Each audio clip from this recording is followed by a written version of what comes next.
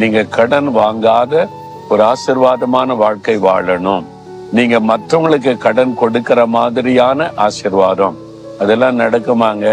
இந்த காலத்துல எல்லாமே கடனுங்க. கிரெடிட் கார்டுன்னு கடன் அட்டையே தந்துடுறாங்க.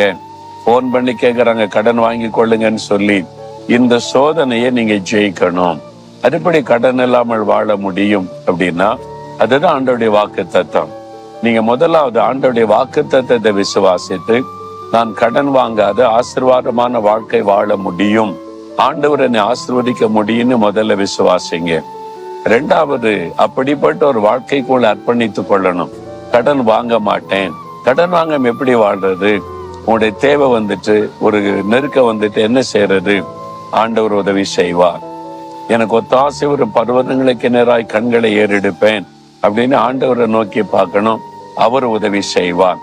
அப்ப நீங்க இந்த நாள்ல இனி கடன் வாங்க மாட்டேன், இருக்கிற கடனை கட்டி முடிச்சுன்னு எனக்கு உதவி செய்யும், கடன் இல்லாத ஆசீர்வாதமான வாழ்க்கை கர்த்தர் உங்களுக்கு தருவார். இந்த வாக்குத்தத்தம் உங்களுக்கு உரியது.